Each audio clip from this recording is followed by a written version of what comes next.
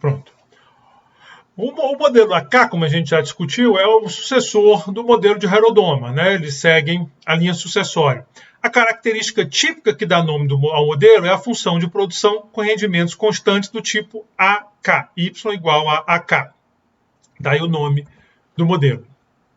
Ao contrário do Herodoma, que pode ser desenhado com uma função de produção que não permite substituir os fatores, aquela mínimo que a gente discutiu, as versões modernas do modelo tentam conciliar a hipótese de rendimento decrescente em algum setor ou no nível da firma, então, com os resultados agregados obtidos com rendimentos constantes. Então, você faz uma argumentação aí elaborada para poder chegar nesse Y igual a AK, ou porque tem um setor que não está sujeito a rendimento decrescente, no caso do modelo de lucro de capital humano é a acumulação de capital humano, ou porque o que acontece a nível da firma é uma dinâmica diferente do que acontece a nível macro.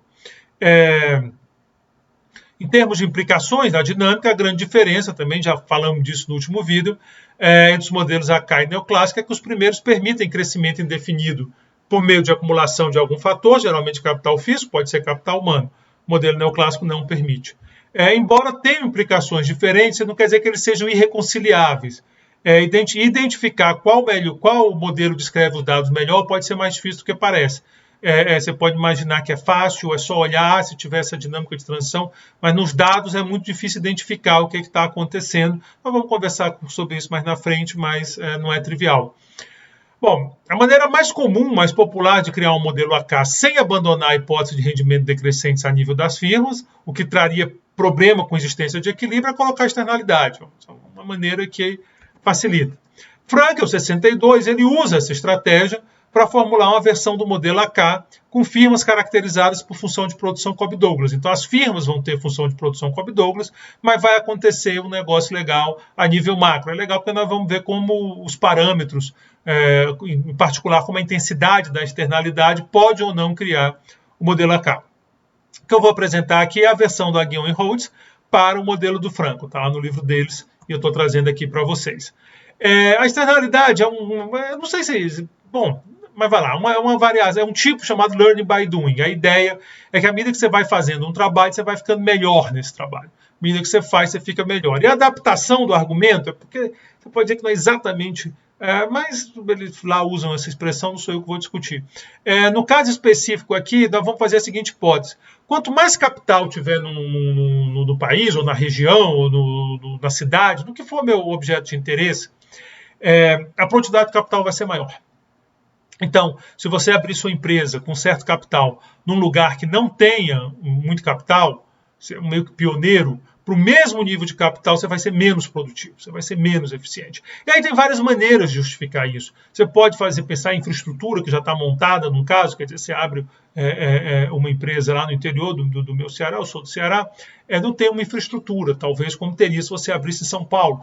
Capital humano treinado, é mais fácil você achar gente, se você chegar lá numa região de densidade industrial, é mais fácil você achar mão de obra treinada do que se você estiver numa região sem essa densidade. Então tem várias maneiras da gente imaginar isso, a ideia de que se o total geral de capital numa região, se o agregado de capital for maior, a empresa que você abre, a sua empresinha lá, ela vai se beneficiar disso. Porém, como cada empresa é muito pequenininha, e aqui nós vamos supor isso, ela não consegue se beneficiar, ela não consegue trazer, digamos assim, cobrar ou precificar esse impacto que ela tem no capital total. Então você sabe que ao fazer a sua empresazinha lá, a sua empresa, ele vai aumentar o estoque de capital. Isso vai dar um benefício, só que você não tem como cobrar por isso, porque você é muito pequenininho nesse meio. Na hora de fazer a média, seu peso é muito baixinho. Então essa é a ideia que está colocada aí para juntar esses argumentos. Essa é a sacada lá do modelo de Frankel. Então, daí, desse sentido, é que você pode pensar como uma externalidade, esse ganho de eficiência associado à quantidade de capital. Ele vem como uma externalidade. Para fazer o modelo, considere que existem N firmas. Tem N firmas, firma 1, 2, 3, 4, 5, até N. Então, elas estão indexadas em N. Cada firma usa uma função de produção do tipo YJ, né? J é a firma. A barra, firma J, YJ, a barra, KJ alfa, LJ menos alfa, onde YJ é o produto da firma J, A barra é o nível da produtividade da economia, que vai depender desse estoque agregado de capital. KJ é o capital da firma J e LJ é o trabalho que a firma J utiliza. Então, só quem não está indexado em J é o A barra, porque ele tem essa ideia mais ampla de captar o agregado, o capital agregado. A produtividade da economia, o A barra vai ser dado por A0 é um parâmetro. A soma do capital, aqui é o capital agregado elevado a eta. Então, essa aqui é a soma do capital de todas as firmas, elevado a eta. E esse parâmetro eta está associado à externalidade do capital. Se eta é muito grande, essa soma aqui vai ter um impacto muito grande na produção, né? Porque o A barra ele vem direto para cá. Se eta é pequenininho, se eta é 0, por exemplo, se eta for 0, no impacto, tchau. E aí o modelo vai para o neoclássico. Mas não precisa ser 0, não. Pode ser até um valor pequenininho, vai acontecer. Vamos ver isso mais na frente. Bom, então quanto maior o valor desse parâmetro, maior o efeito da externalidade no todo do modelo. O parâmetro eta tem essa característica. Ele não é taxa de crescimento da população aqui, pelo amor de Deus. O eta é o parâmetro de externalidade. Suponha que LJ igual a 1, ou seja, cada firma contrata uma unidade de trabalho, a gente fez a mesma hipótese lá com solo, volto a dizer, geralmente quando a gente trabalha em crescimento, a gente está mais focado no capital.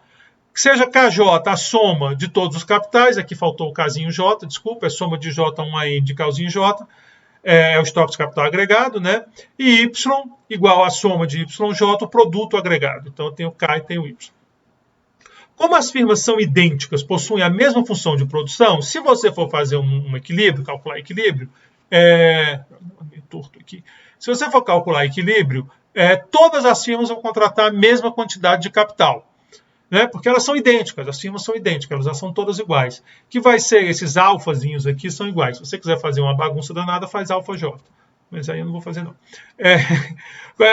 Vai ter todo mundo o mesmo capital, que vai ser então KJ igual a K sobre N, todo mundo para todo J. Dessa forma, em equilíbrio, A barra igual a A0, K elevado a eta, isso aqui é por definição, e YJ igual a A0, K elevado a eta, K sobre N elevado a alfa. Né? Esse KJ aqui é K sobre N. E esse aqui é essa soma, como fica todo mundo igual, dá esse resultado. O produto agregado, então, vai ser dado por N, A0, K, N, porque são N firmas. Né? Então, vai ficar N, A0, K elevado a eta, K sobre alfa, K sobre N elevado a alfa. Então, esse é o produto agregado. Cada firma está produzindo isso daqui. Se eu quiser o agregado, eu vou somar, né? vai somar isso aqui. Como nada aqui depende de J, a soma é N que multiplica isso. Então, fazendo a conta aqui, vai ficar K elevado a alfa mais eta, vai ficar o K elevado a alfa mais eta. Tem um aqui, K elevado a alfa mais eta, N 1 menos alfa, mas eu estou botando o N1 menos alfa no A, e aqui em vez de A0 eu estou botando A. É só uma continha. Se você fizer a conta aqui direitinho, vai ficar K elevado a eta mais a alfa, N1, que está aqui, menos alfa, A0. E eu estou chamando isso de A para ficar com uma função mais bonitinha. Bom, assim como no modelo clássico, neoclássico, isso é básico dos modelos, é regra de movimento do capital, a variação do estoque de capital é igual a investimento menos a depreciação do capital. Então, K ponto sigma Y menos delta K, substituindo lá na função K ponto é igual a sigma A, K elevado a alfa mais eta menos delta K, K ponto sobre K, que é a taxa de crescimento do capital, então é sigma A, K alfa mais eta menos 1 menos delta. Detonando é terrível, né? Denotando a taxa de crescimento do capital por GK, eu tenho então que GK é esse cara aqui. GK é igual a sigma AK alfa mais eta menos 1 menos delta. A dinâmica do modelo vai depender de alfa mais eta. Esse cara que aparece aqui na função de produção, ele já aparece aqui em destaque, AK alfa mais eta, é ele que vai dar a dinâmica do modelo. Repare, se alfa mais eta for menor do que 1, é o modelo neoclássico, é o modelo de solo. Só que com o expoente maior, mas vai ficar K elevado a alguma coisa entre 0 e 1, o rendimento decrescente está aí. Se alfa mais eta for igual a 1, é modelo AK. E se alfa mais beta for maior do que 1, é como dizia um personagem antigo aí de humor, é a treva. Vamos ver o que acontece. Vai dar uma confusão danada se for maior do que 1. Então a dinâmica depende de alfa mais eta. Primeiro caso, alfa mais eta é menor do que 1, ou seja, A externalidade, ela existe, ela está lá, a externalidade, mas ela não é grande o suficiente para negar a existência de rendimento decrescente. Ou seja, tem externalidade. Esse efeito descrito pelo Frankel, ele está sendo observado. O estoque de capital afeta a produtividade das empresas. Mas esse efeito não consegue ser tão grande a ponto de compensar rendimento decrescente. Isso, então, vai me dar um estado estacionário. O estado estacionário daqui é só aplicar, K ponto igual a zero, resolver. Você vai ter um estado estacionário muito parecido com o do modelo de solo. É porque lá no modelo de solo tinha delta mais eta mais g, né? Aqui a gente fez um modelinho mais simples, mais sigma A sobre delta 1 menos alfa menos eta. Ali era um menos alfa no modelo de solo, aqui tem esse eta. Mas desde que esse cara aqui seja menor do que 1, esse termo aqui é positivo, tudo direitinho, tudo funcionando. Repara ainda, quando K maior do que KSS, está aqui o K ponto sobre K, né? No KSS, isso aqui é igual a zero. Como isso aqui é menor do que 1, alfa mais eta é menor do que 1, esse expoente é negativo, se eu aumentar K, esse termo diminui, K ponto fica negativo, o capital diminui. Então, se esse K é maior do que o do estado estacionário, o capital tende a diminuir. Vale o contrário, se K é menor do que SS, tende a crescer. Então, se você tem a alfa mais eta menor que 1 é igual, erro aqui, menor que 1, o modelo de Frankel ele é o modelo de solo, ele só vai ter um elemento a mais aí, que pode ser interessante, pode dar alguma nuance interpretativa na hora de estimar, você pode querer entender o impacto desse eta, mas em termos de dinâmica de modelo, ele é o modelo de solo, vai ficar igual ao modelo de solo. O segundo caso, é o que eu disse que é a treva, é o caso caos, ele ocorre quando alfa mais eta é maior do que 1. Bom, do mesmo jeito que eu resolvi aqui, eu posso resolver esse negócio. Então vai dar aquele estado estacionário, que vai ficar muito doido, porque como esse cara aqui é maior do que 1, vai ficar negativo em sigma. Agora é um estado estacionário completamente instável, não tem por que achar que ele representa alguma coisa, porque quando K for maior do que KSS, K ponto é maior do que zero. É só olhar para cá agora. Como alfa mais eta é maior do que 1, isso aqui agora é crescente em K. Se K no estado estacionário é zero, se K é igual a isso, se K cresce, isso aqui cresce e fica maior que delta. Então, à medida que você está acima, você vai crescer. E mais interessante, você vai crescer a taxas cada vez mais rápidas. Então, é como se o país fosse crescendo, crescendo, crescendo, a taxas cada vez mais rápidas. Então, é como se os Estados Unidos cresceu 10%. Vai lá. Os Estados Unidos cresceu 3% numa década, na seguinte ele cresce a 5%, na outra ele cresce a 8%, na outra ele cresce a 11%, a 12%, a 20%, a 30%, e isso vai subindo. É claro que isso não existe. Isso não existe um negócio desse. Você até tem países que têm taxas crescentes, mas é por um tempo, depois ele estabiliza. Nós já vimos isso lá nos nossos fatos. E vale o contrário. Se for menor, o país vai entrando num caos onde a taxa de crescimento vai caindo, vai ficando cada vez mais negativo, então ele vai indo para o buraco cada vez mais rápido. Essas dinâmicas não tem, essas dinâmicas não aparecem, né?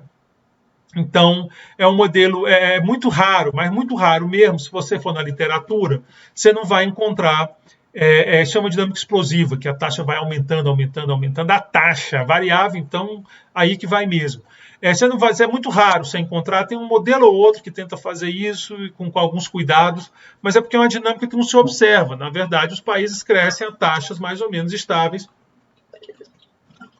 o que é compatível com o modelo AK, ou compatível com o modelo de solo, porque o G lá é dado. Então, você vai ter esse crescimento estável. Em solo, dado pela produtividade, em modelo AK, por sigma A menos delta, mas você vai ter essa característica. Agora, essa taxa de crescimento explosiva realmente não tem. Então, muito pouca coisa aqui usando essa abordagem. O terceiro e último caso, que é o que nos interessa, alfa mais eta igual a 1.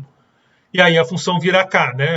Porque K, alfa mais eta 1, então AK é a função. A taxa de crescimento, vamos olhar aqui a taxa de crescimento. A taxa de crescimento, quando isso aqui é 1, vamos olhar para cá, para o K. Quando isso aqui é 1,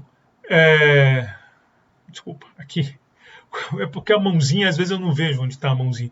Quando isso aqui é 1, aqui em tese está um amarelinho. Espero que esteja aí para vocês, manchadinho de amarelo. Às vezes eu largo aqui no meio, não devia ficar escondido.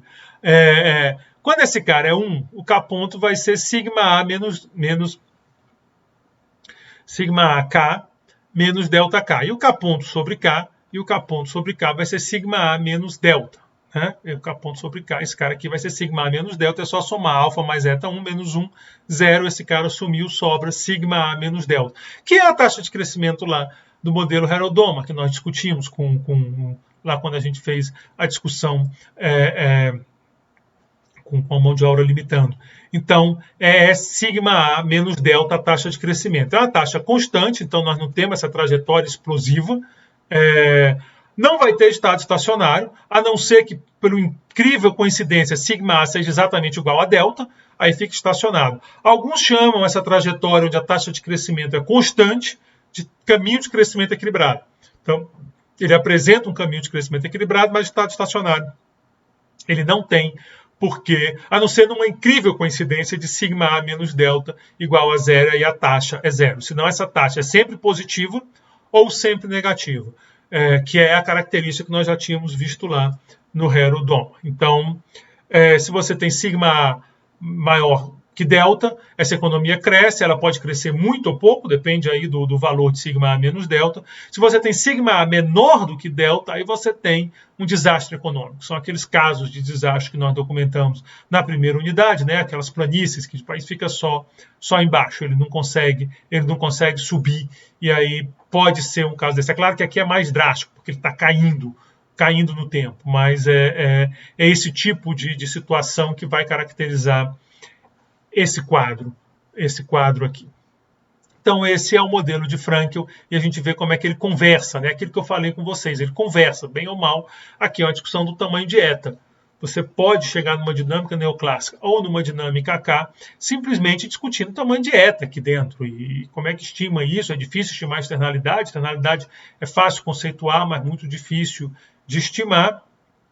Mas é a lógica. Então, eu espero que vocês estejam enxergando essa lógica do modelo AK. Então, no sigma A maior que delta, a economia cresce indefinidamente, mesmo na ausência de projeto tecnológico. Porém, a taxa de crescimento é constante, não tem aquele problema lá de explosão. Note também que quanto maior a taxa de poupança, maior será a de crescimento, que é igual, eu já tinha falado, modelo Herodoma no caso de excesso de trabalho. Insisto, então, na importância, essa dinâmica caracterizada por taxa constante, não tem a dinâmica de transição que é típica do modelo neoclássico, e o fato daqui a taxa de poupança ela afetar a taxa de crescimento e não apenas o nível do produto. Ela afeta a taxa de crescimento. Então, isso é muito importante para se entender o modelo AK. Como eu disse, assim, eu quero, aqui, insisto, o clima é de revisão, tanto no modelo neoclássico quanto no modelo AK, o nosso clima é de revisão.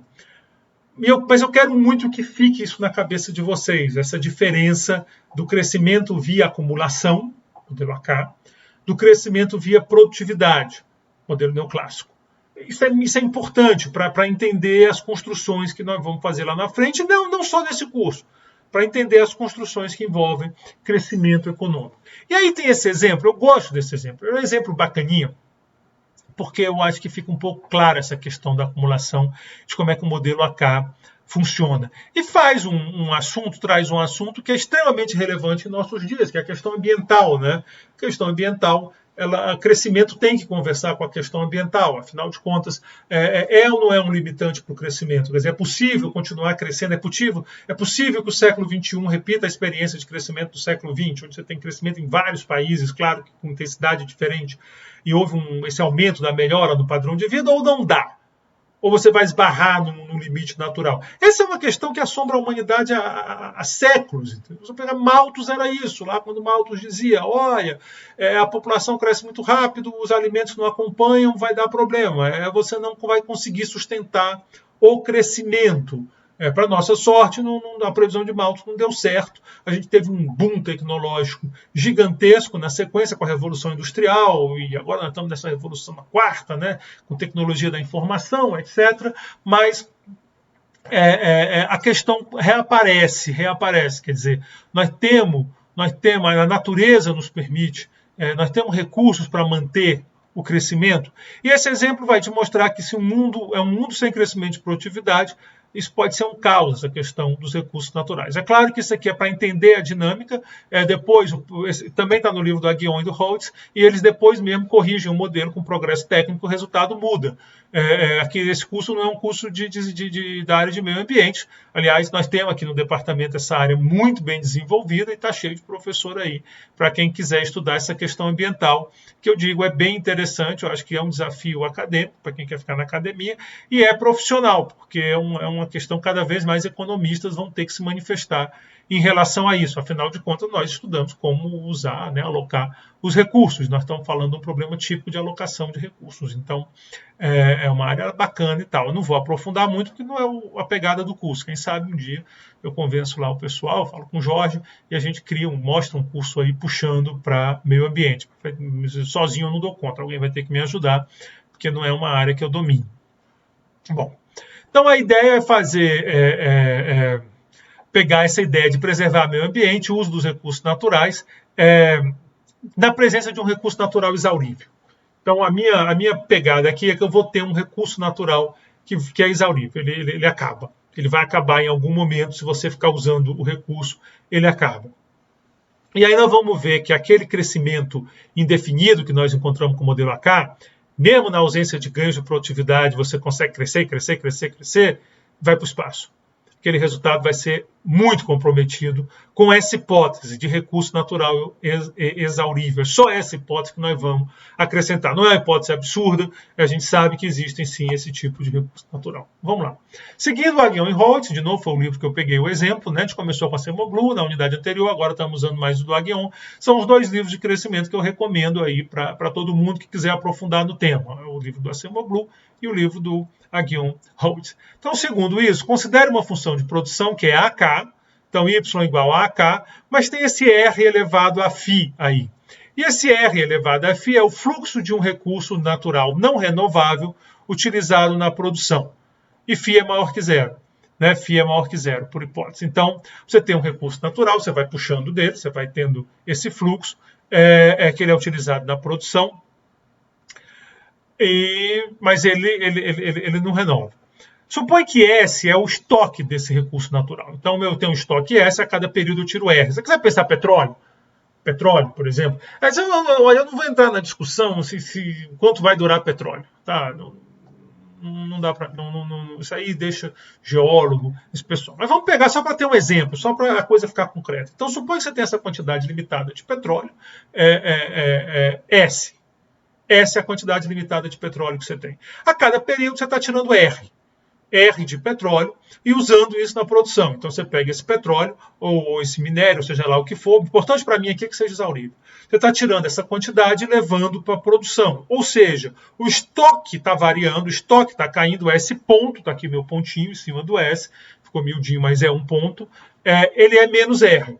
Ele é menos R. Quanto mais eu usar desse recurso na produção, mais eu produzo, mas mais rápido vai acabar esse recurso. Então, essa é a ideia do recurso natural exaurível. Afinal, é exatamente essa a ideia. Eu tenho uma quantidade fixa, se eu tirar muito, eu produzo muito, ótimo, mas ele cai mais rápido. A gente sabe que no mundo de progresso tecnológico, você substitui essas coisas. Então, o recurso, à medida que ele vai acabando, ele vai ficando mais caro e vão aparecendo tecnologias que substituem. O quanto esse processo, a gente pode apostar o futuro nele, não me perguntem. Tem muita gente boa que diz que talvez não dê, a gente esteja aí no limite ambiental e tem um problema. Tem gente que diz que não é bem assim, e eu, claro, não estou aqui questionando coisa como aquecimento global, essas coisas não. Estou pegando o recurso exaurível. Só se você pensar, dá para fazer uma lógica parecida envolvendo aquecimento global, mas o que eu estou dizendo é o seguinte, o quão a gente consegue usar esses recursos. Pensem no petróleo. Nós vamos fazer uma transição tecnológica, nós vamos depender menos de petróleo? Sim ou não? Eu não sei responder, tá certo? É uma resposta que eu não tenho, mas vou supor aqui para o meu modelo que não. Nós vamos precisar do petróleo e ele tem que ser usado. Então é assim que funciona. Não há reposição do estoque, não tem uma taxa de reposição aqui que resolva o problema. Bom, assim como no caso anterior, K ponto é igual a sigma y menos delta K, não mudou nada aqui. No modelo original, sem um recurso natural, a taxa de crescimento era dada por sigma A menos delta. A gente já encontrou essa taxa algumas vezes quando falou de modelo AK. Então, sigma A menos delta é a taxa de crescimento tradicional do modelo AK. De forma que a economia vai crescer indefinidamente, desde que sigma A maior do que delta. Se isso acontecer, dá-lhe crescimento, oba, estamos todos felizes. Esse é o modelo original. Agora nós botamos uma pegadinha aqui, que é o recurso natural exaurível. No modelo com recurso natural, a taxa de crescimento do capital será, olha, a lógica é a mesma, só que agora, em vez do A, aparece um R elevado a φ.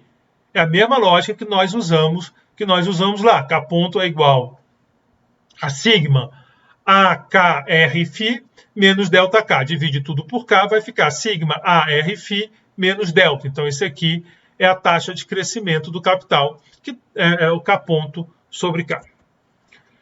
Repare que, se você usa mais R, não só o produto é maior, como também maior é a taxa de crescimento da economia. A taxa de crescimento é crescente em R. Então, se você bota muito R, muito petróleo, a economia cresce muito rápido. E é bom, todo mundo fica feliz, porque a economia cresce rápido, a renda é alta, a economia cresce rápido, porém tem a pegadinha. O estoque vai acabando, o estoque vai zerando, o estoque vai caindo até zero. De zero ele não passa. Isso é uma grandeza, né, positiva. Então vai ficando pior. À primeira vista você pode pensar o seguinte: não, vamos combinar aqui um uso moderado do recurso natural. Não vamos maximizar o crescimento. Nós vamos fazer certas políticas, né? O governo entra em cena, faz aí uma política pública de taxas e tal para garantir um uso moderado. Vamos supor que seja R barra. Então, o governo fez uma série de políticas para garantir que o uso desse recurso natural vai ser R barra, mais positivo. R barra maior do que zero.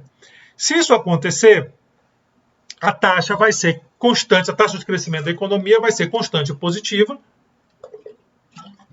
que vai ser dada por sigma A, R barra elevado a φ menos delta. Lembra que agora R barra é constante. O governo foi lá e deu um jeito de fazer uma política limitando o uso do recurso exaurível. Só que nem essa taxa é sustentável. Por que não é? Porque desde que R seja maior do que zero, S vai caindo. Desde que R seja maior do que zero, não importa quanto você está usando de R. Se você está usando R maior do que zero, S ponto é igual a menos R, então S ponto é negativo, isso quer dizer que S está caindo no tempo. Você vai ter cada vez menos S. E vai chegar a um ponto que vai ser zero de novo. Eu não estou dizendo que esse é um modelo realista. Eu não estou dizendo que não vai aparecer uma tecnologia que substitua o insumo. Eu estou querendo discutir a lógica de um modelo AK. E aí esse exemplo eu acho espetacular, porque mostra exatamente a questão da acumulação. Se você faz um recurso natural desse, você trava essa lógica, a coisa toda desanda. É claro que você pode fazer um modelo AK com A crescendo. Você pode fazer esse modelo, botando um progresso tecnológico. Não tem problema nenhum. Mas a essência que eu quero aqui é essa questão, fatores ou produtividade, porque é um debate importante em crescimento econômico, fatores e produtividade. Aí eu estou mostrando que se você vem com uma dinâmica de fatores sem progresso técnico, ele gera crescimento indeterminado no modelo AK, desde que sigma A maior que delta, mas na hora que eu botar, por exemplo, um recurso exaurível, a coisa desanda completamente, porque se R é maior do que zero, como esse mesmo que o governo faça uma política pública para uso moderado do recurso, desde que ele seja maior do que zero, o S vai chegar a zero. Ora, como S vai ser igual a zero, você não vai ter mais R. E aí você não tem de onde tirar. E aí você tem o caos, né? Quer dizer, o R maior que zero, o S vai acabando, você não vai ter mais um recurso exaurível. Para que você tenha um crescimento equilibrado, ou seja, uma taxa constante que perpetue, a única maneira é R igual a zero. E aí a economia vai encolher. Ela vai ser igual a menos delta o crescimento. Você faz R igual a zero, né? Fica menos delta. O que é um negócio horroroso, porque o capital vai a zero nesse negócio. O capital está decrescendo, você está destruindo todo o seu estoque de capital, ele vai a zero. E aí, com capital zero, você não tem, o produto também é zero. Então, não tem como sair dessa charada. Essa situação que foi criada com recurso natural exaurível é muito cruel. Então, dito de outra maneira, a única forma de crescimento equilibrado com recursos naturais exauríveis é morrer de fome olhando o recurso. Você vai ficar olhando o recurso, Ele diz assim, no modelo AK que eu estou trabalhando, eu vou ficar olhando o recurso e vou dizer, eu não posso usar, porque se eu usar lá na frente eu vou morrer de fome. Então eu morro de fome agora. Claro que não é uma boa ideia, o mais provável é que use o recurso e gere o problema lá na frente. Agora, insisto, se você quiser para realismo, progresso técnico pode mexer nisso e o Aghion e o Holtz vão dar esse exemplo na sessão deles de progresso técnico. Eu não vou trazer aqui a discussão, porque no meu objetivo não é entrar muito nessa questão ambiental. Mas fica aí a dica para quem se interessou, para quem quiser fazer essa ponte de crescimento econômico e meio ambiente, o tipo de problema que a gente pode modelar e o tipo de sacada que a gente pode ter. Então, eu estou fazendo o registro, porque às vezes eu podia esquecer na hora de dar aula, né? Eu estou pensando outra coisa e tal, cabeça cheia e tal. Então eu fiz questão de deixar o registro, que o caso dessa sessão serve mais para mostrar os limites da ideia de crescimento sem progresso tecnológico do que para explicar a dinâmica de economia real. É só para mostrar esses limites. E o Aghion e o Holtz mostram lá que é possível você ter crescimento com recurso natural exaurível usando uma combinação de limites no uso desse recurso, o governo de política pública, digamos, para limitar o uso do recurso e avanço tecnológico. Essa combinação, se bem calibrada, ela pode permitir um caminho de crescimento equilibrado, mesmo na presença de recursos exauríveis. Volto a dizer, não está no plano do curso, mas quem sabe aí, se tiver interesse, a gente discute, ou então a gente faz uma ponte ali com os nossos colegas do meio ambiente. Bom, com esse vídeo eu termino a parte AK. Com esse vídeo eu termino a parte AK. E o próximo paradigma, que vai começar nos próximos vídeos, é o de inovação. Eu podia ter puxado o gancho de inovação para a questão ambiental, mas como já está no ar, eu vou puxar o gancho para outra abordagem, que até conversa melhor com o nosso curso, que é a questão institucional. Então eu vou apresentar o modelo e depois eu vou tentar fazer um gancho com uma questão de instituições, como é que a instituição pode afetar crescimento. Isso são, então, os próximos vídeos vão ser dedicados a esse tema. Muito obrigado pela atenção de vocês. Até o nosso próximo vídeo.